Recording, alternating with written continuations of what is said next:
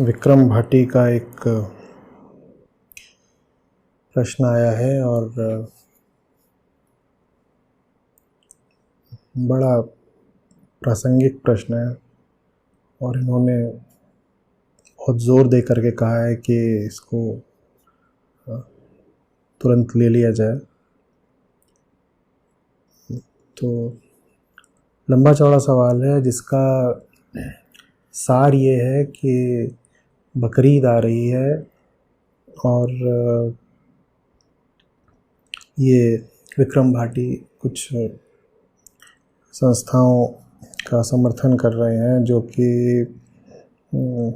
PCA act है, prevention of cruelty to animals, पशुओं के प्रति क्रूरता का निवारण अधिनियम 1960, उसके सेक्शन 28 को हटाने की मांग कर रहे हैं। उसका जो सेक्शन 28 है वो कहता है कि किसी भी धार्मिक काम के लिए किसी भी पशु की किसी भी तरीके से हत्या की जा सकती है, बलि दी जा सकती है, कुर्बानी दी जा सकती है। तो बहुत लोग और बहुत संस्थाएं ये मांग कर रहे हैं कि ये जो सेक्शन 28 है PCA एक्ट का, इसको हटा दिया जाए। और अभी चूँकि बकरीद सामने है तो इसीलिए ये मांगें और ज़ोर पकड़ रही हैं।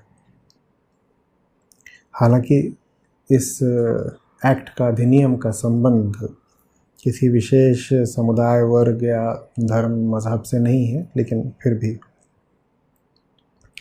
तो विक्रम भाटी ने 2 बार 3 बार ये पूछा है कि आप इस पर कुछ बोलते क्यों नहीं हैं, आप समर्थन क्यों नहीं दे रहे हैं कि हाँ ये जो सेक्शन 28 है इसको हटाया जाए। मैं आता हूँ उस पर विक्रम। पहले कुछ आंकड़े हैं वो आप सबके सामने रखने ज़रूरी हैं। भारत में प्रतिवर्ष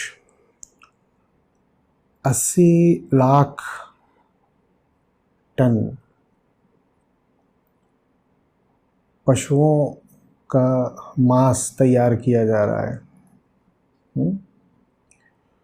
1960 में ये 10 लाख टन था। 1960 में भारत की आबादी 45 करोड़ थी, अभी 140 करोड़ है।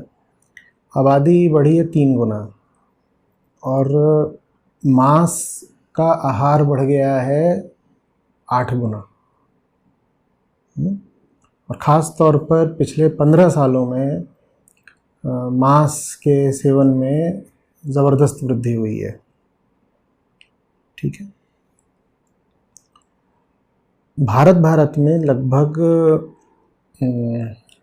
25 करोड़ मुर्गे प्रतिवर्ष मारे जाते हैं, 15 करोड़ बकरे मारे जाते हैं और 40 लाख करीब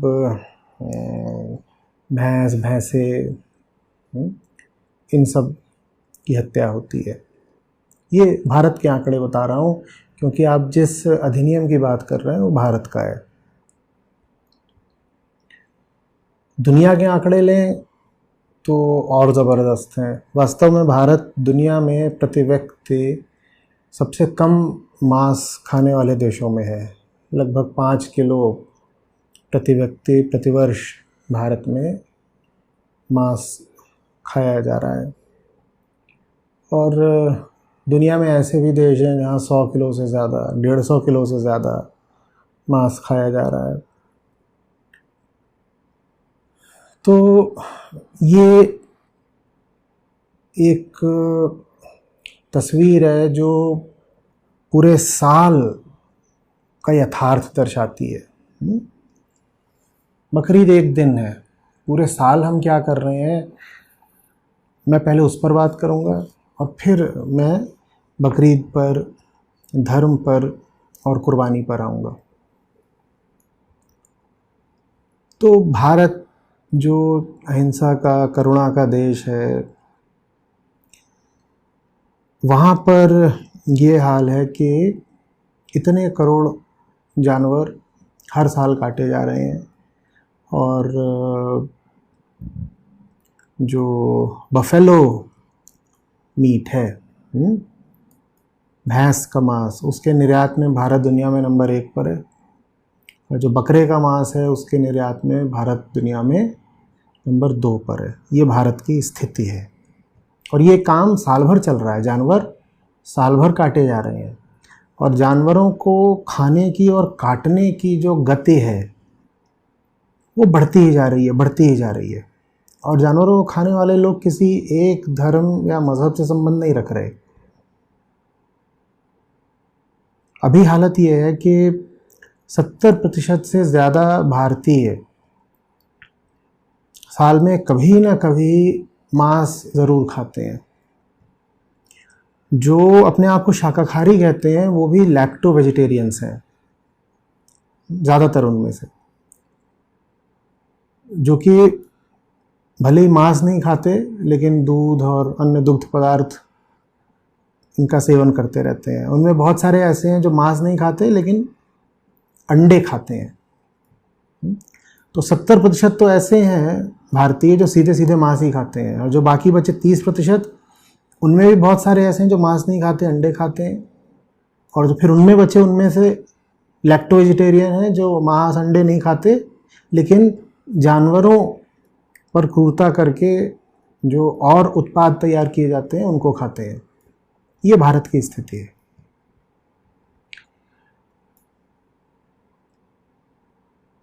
टीवी पर लिशियस और इस तरह की कंपनियां हैं, वो अब सीधे सीधे बच्चों का इस्तेमाल करके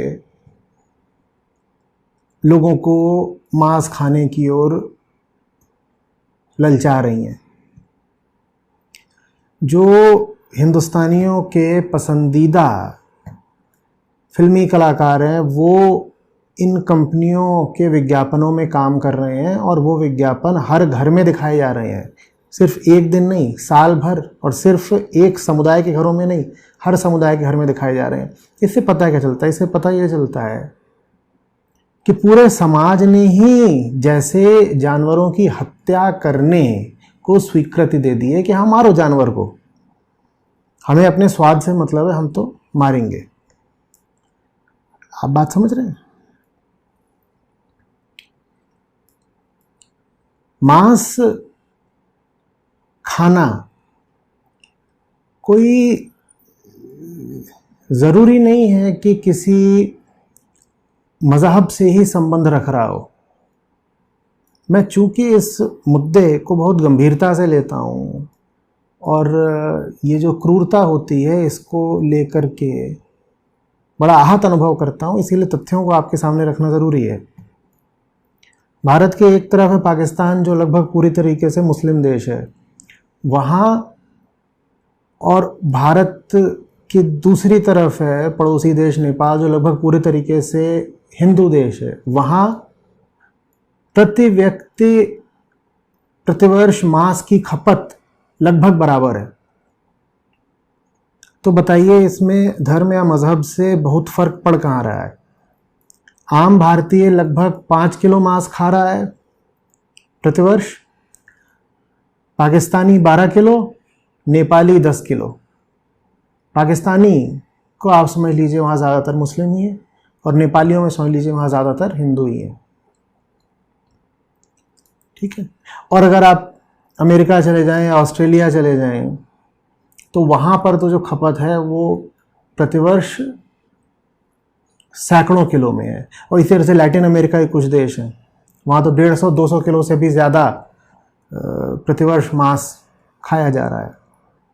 ये दुनिया की अभी हालत है। भारतीय समाज की अभी स्थिति ये है कि जो परंपरागत मूल्य थे, जो बहुत ऊंचे मूल्य थे, अहिंसा के, करुणा के, चेतना को सम्मान देने के, सब जीवों के प्रति प्रेम भाव रखने के, उन मूल्यों को विदाई दे दी गई है। उन मूल्यों को तो मान लिया तो पुरानी चीज़ें, बकवास है, कौन इनकी ओर ध्यान दे। आध्यात्मिकता लोगों में बुरी तरह गिरती जा रही है, और जब आध्यात्मिकता गिरती जा रही है तो फिर जीवन का जो लक्ष्य रह जाता है वो यही है कि मज़े मारो, किसी भी तरीके से हैप्पी हो जाओ, भले ही वो हैप्पीनेस दुनिया के और अपने ही नाश से मिलती हो। आप समझ रहे? आप रेस्टोरेंट में चले जाइए, ज़्यादातर जगहों पे अभी हालत ये होगी कि उनका जो तथाकथित नॉनवेज सेक्शन होता है, मांस सेक्शन, उसे फ्लैश सेक्शन कहा जाना चाहिए, पता नहीं नॉनवेज क्यों कहते हैं। उनका जो फ्लैश सेक्शन होता है उनके मेन्यू का, वो ज़्यादा बड़ा होता है, वेज सेक्शन छोटा होता है। एक समुदाय नहीं, पूरा देश ही जानवरों का खून पीने पर उतारू है। अभी जोमेटो का आईपीओ आया, वो 10 गुना ओवर सब्सक्राइब हुआ। बहुत अच्छी बात है ये कि चलो एक कंपनी है, स्टार्टअप है, वो लोगों को घर में आकर के फूड डिलीवरी करती है। लेकिन बस एक आंकड़ा है, आपको बता देता हूँ कि जो वो खाना लोगों के घर में पहुँचा रहे हैं वो 2/3 से ज़्यादा मांस है। उनकी गलती नहीं है, लोग जो ऑर्डर करेंगे वो पहुँचा रहे हैं। ये अभी आम हिंदुस्तानी की दशा है, उसे किसी भी तरीके से मज़े चाहिए, उसे करुणा नहीं चाहिए, उसे चेतना नहीं चाहिए, उसे ज़िंदगी में और विचार में ऊंचाई नहीं चाहिए, उसे हैप्पीनेस चाहिए। और वो जो हैप्पीनेस है वो ज़्यादातर आंतरिक और बाहरी पतन से ही आती है।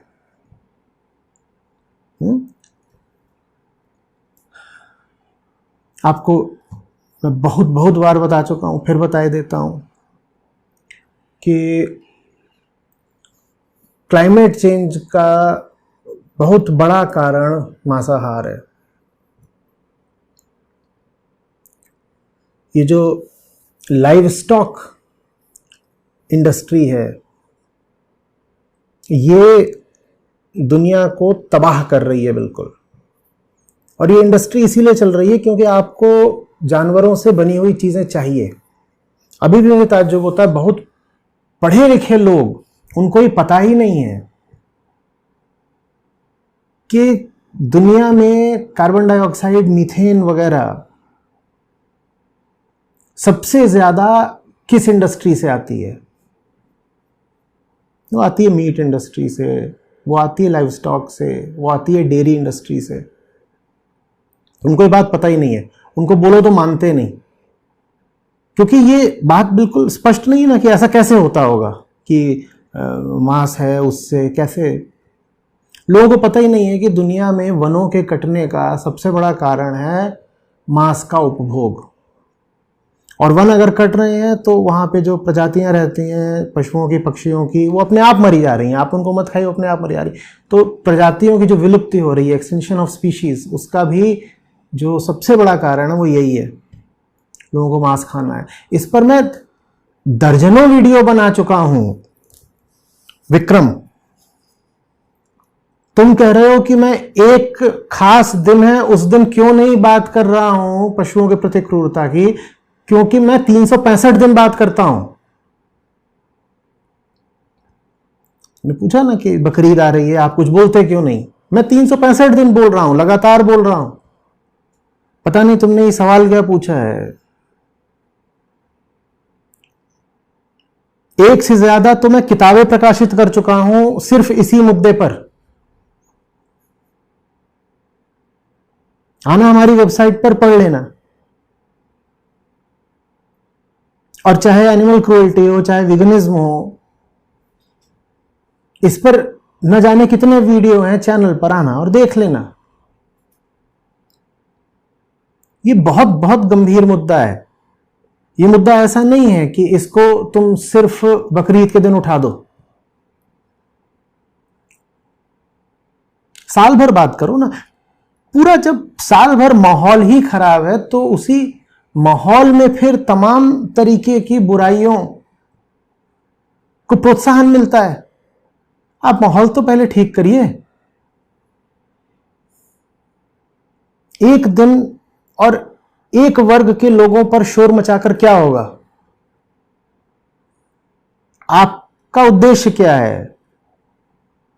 पशुओं के प्रति क्रूरता को रोकना या कुछ खास मौकों पर शोर मचा देना? उद्देश्य अपना पहले स्पष्ट करिए।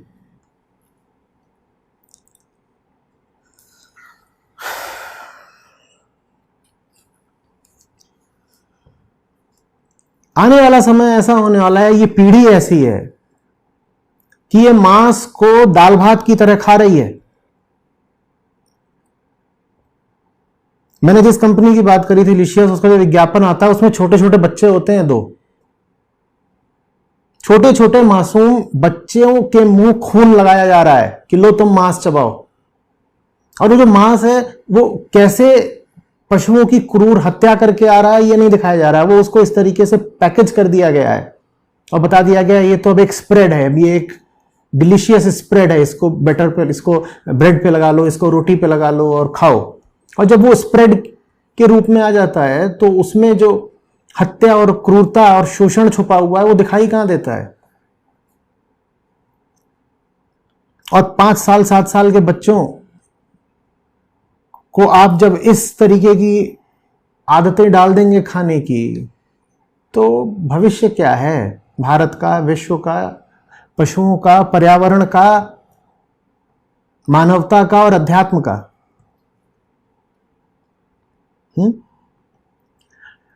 अब आते हैं कुर्बानी की बात पर, बकरीद पर। देखिए, बहुत बार मैं समझा चुका हूं, फिर कह देता हूं, धर्म के केंद्र में करुणा बैठी है।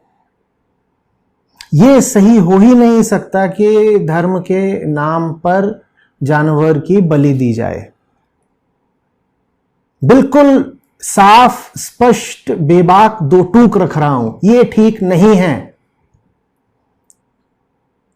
और मैं समझता हूं कि जो लोग इस तरह के कृत्यों में शामिल हैं उन्हें खुद भी पता है ये बात ठीक नहीं है। बस एक प्रवाह है, एक गति है अतीत की, और एक जोर है पूरे समुदाय का कि सब ऐसा कर रहे हैं तो हमें भी तो करना है। नहीं तो ये बात तो किसी साधारण बुद्धि वाले आदमी को भी दिख जाएगी कि ईश्वर के प्रति, अल्लाह के प्रति प्रेम दिखाने का ये क्या तरीका है कि तुम एक बकरे पर या ऊंट पर या भैंसे पर चढ़ के उसकी गर्दन काट दो। कोई तुक है? कोई बात है ये? अध्यात्म से मेरा संबंध है, मुझे ये मत बताइएगा कि ये सब जो हो रहा है वो किस लिए हो रहा है। मैं भी जानता हूं इसके पीछे की कहानी, लेकिन मैं कहानी से आगे का भी कुछ जानता हूं। मैं कहानी का मर्म भी जानता हूं, सार भी जानता हूं, कहानी किधर को संकेत कर रही है मैं ये भी जानता हूं। आप सिर्फ इतना जानते हैं कि पैगंबर इब्राहिम थे, उनको सपना आया और उनको कहा गया कि अपने बेटे की, इस्माइल की कुर्बानी दे दो। अपने बेटे को लेके गए कुर्बानी देने, बस कुर्बानी देने ही वाले थे कि तभी फरिश्ता आ गया। फरिश्ते ने कहा कि तुमने जो ये भाव और ये निष्ठा, ये श्रद्धा दिखाई है, तो ईश्वर प्रसन्न हुए और उन्होंने कहा है कि कोई आवश्यकता नहीं है बच्चे को मारने की। इतनी देर में एक भेड़ दिखाई दी, वो उस भेड़ के जो सींग थे वो कहीं झाड़ी में फंस गए थे, तो फिर बच्चे की जगह उस भेड़ की कुर्बानी दे दी गई। और उस तब से ये प्रथा चल पड़ी है कि भाई चलिए ईद उल अजहा में बकरे को मारा जाएगा या किसी जानवर को मारा जाएगा, उसकी कुर्बानी देके उसका मांस बांटा जाएगा वगैरह। इसका अर्थ क्या है कहानी का, आप ये भी तो समझिए ना। देखिए, ये जो एनिमल है ना, एनिमल, ये बहुत बड़ा संकेत है और ये दुनिया के सब धर्मों पंथों में पाया जाता है। कभी अश्व के रूप में, बकरे के रूप में, भैंसे के रूप में, सांप के रूप में। लगभग सभी धर्म उस एनिमल की बात करते हैं कि एक एनिमल है और उससे सावधान रहना है, उसकी कुर्बानी देनी है या उस पर वश कर लेना है। ये बात क्या है? ये बात ये है कि आदमी भी बहुत हद तक पशु ही है। आदमी भी जंगल की ही पैदाइश है और जंगल बहुत सारा हमारे भीतर मौजूद है। जो हमारे भीतर मौजूद है जंगल, वो हमसे जानवरों सा बर्ताव करवाता है। जानवर कौन है? जानवर वो है जो बस खाने पीने, भोगने, सेक्स करने, सोने में अपना मस्त रहता है। जानवर कोई नैतिकता नहीं जानता, जानवर अच्छाई बुराई नहीं जानता, जानवर को जिंदगी में बोध नहीं चाहिए, मुक्ति नहीं चाहिए। जानवर में एक अपनी प्रकृतिगत मासूमियत है, वो उसी में अपना लिप्त रहता है। उसे कोई यात्रा नहीं करनी, उसे बेहतर नहीं होना है। कुत्ता जैसा पैदा हुआ है उसे वैसा ही मर जाना है। शेर को भी, जिराफ को भी, चूहे को भी, खरगोश को भी, सांप को भी, सबको। आदमी ऐसा नहीं है। आदमी के भीतर एक जानवर बिल्कुल मौजूद है जो बिल्कुल वैसी ही हरकतें करता है, वैसी ही वृत्तियां, वैसी ही टेंडेंसीज रखता है जैसे वो जंगल वाला जानवर। लेकिन आदमी के भीतर उस जंगल के अलावा भी कुछ मौजूद है, उसे चेतना बोलते हैं। आदमी की चेतना विशिष्ट है। आदमी की चेतना पशुओं जैसी नहीं है। और ये जो चेतना है ये बढ़ना चाहती है, बेहतर होना चाहती है। इसकी बेहतरी के रास्ते में वो जो जानवर है वो रुकावट होता है। चेतना चाहती है कि वो उसे ज्ञान मिले। जानवर कहता है नहीं मुझे नींद चाहिए, क्योंकि जंगल का जानवर देखिए मस्त सोता है। आपने कोई जानवर नहीं देखा होगा जो किसी ऊंचे उद्देश्य के लिए अपनी नींद की कुर्बानी दे दे। चेतना कहती है मुझे मुक्ति चाहिए। भीतर का जानवर कहता है नहीं मुझे तो खाना चाहिए, कुछ भी करके, चुरा के भी खाना मिले चलेगा, मुझे मुझे मुझे भोग करना है, मुझे सेक्स करना है। ठीक है, आप बेहतर हो सके उसके रास्ते में सबसे बड़ी बाधा आपके भीतर का जानवर है। ये जो भीतर का जानवर है इसकी कुर्बानी देनी होती है। बाहर वाले जानवर की कुर्बानी देकर के क्या मिल जाएगा? पागलपन है बाहर जानवर को मार देना, पागलपन है, क्रूरता है, अमानवीय है। आप समझ रहे? कहानी का मर्म समझिए। कोई भी साधारण पिता होता तो उसमें अपने बच्चे के प्रति पशुओं जैसी ममता होती जैसी कि सब साधारण मां बाप में होती है।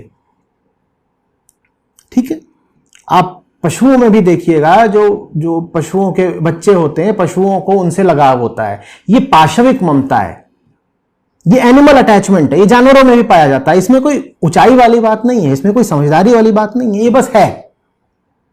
इंसानों में भी होता है, जानवरों में भी होता है। इसी के पार जाना होता है कि मेरे बच्चे से मोह है, निश्चित रूप से है। पैगंबर क्या संदेश दे रहे हैं समझिए। वो कह रहे मेरे बच्चे से मोह है, मोह, ठीक है ना, अटैचमेंट।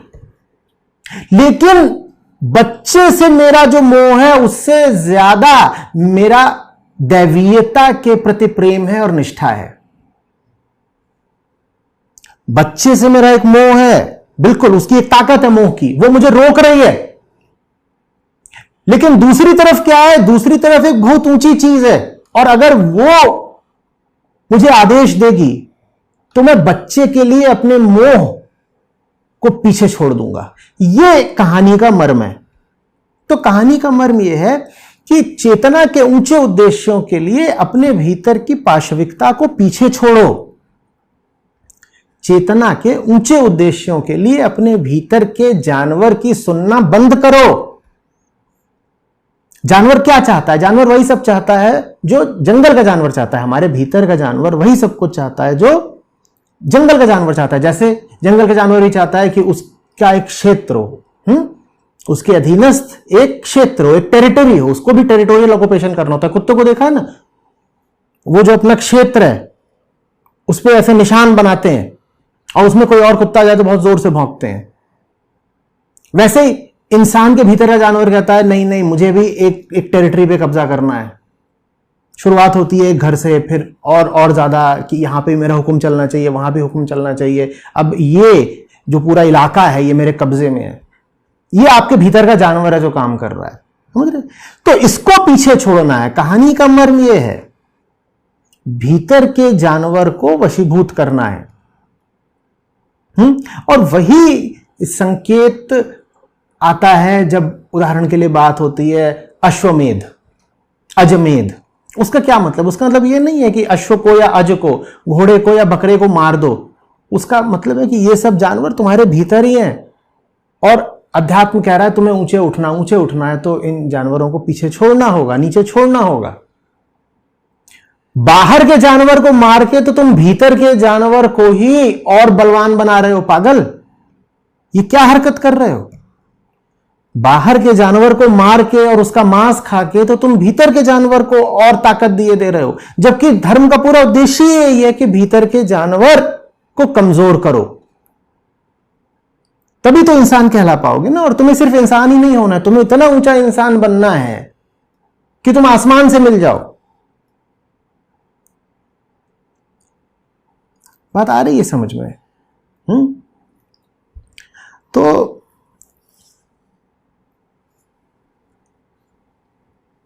जब तक अध्यात्म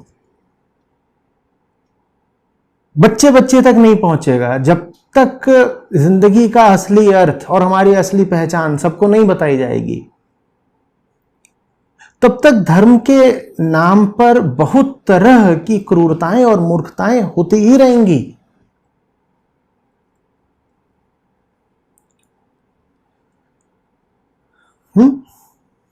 मैं बिल्कुल हाथ जोड़कर सबसे आग्रह कर रहा हूं, मैं निवेदन कर रहा हूं कि अपनी नासमझी की सजा मासूम जानवरों को मत दीजिए। उनका खून बहा करके आपको चैन नहीं मिलेगा।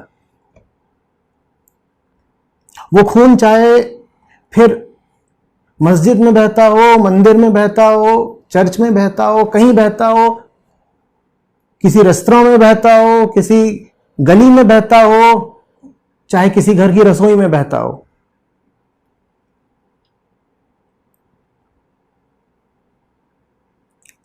बहुत कुछ है जो मैंने बोला हुआ इस मुद्दे पे। मुझे मालूम है मैंने जो बातें बोली उनको लेकर के बहुत लोगों को बहुत आपत्तियां होंगी। आपने जो आपत्तियां उठाई हैं उनके जवाब मैं बहुत पहले दे चुका हूं। आपकी सारी आपत्तियां निराधार हैं।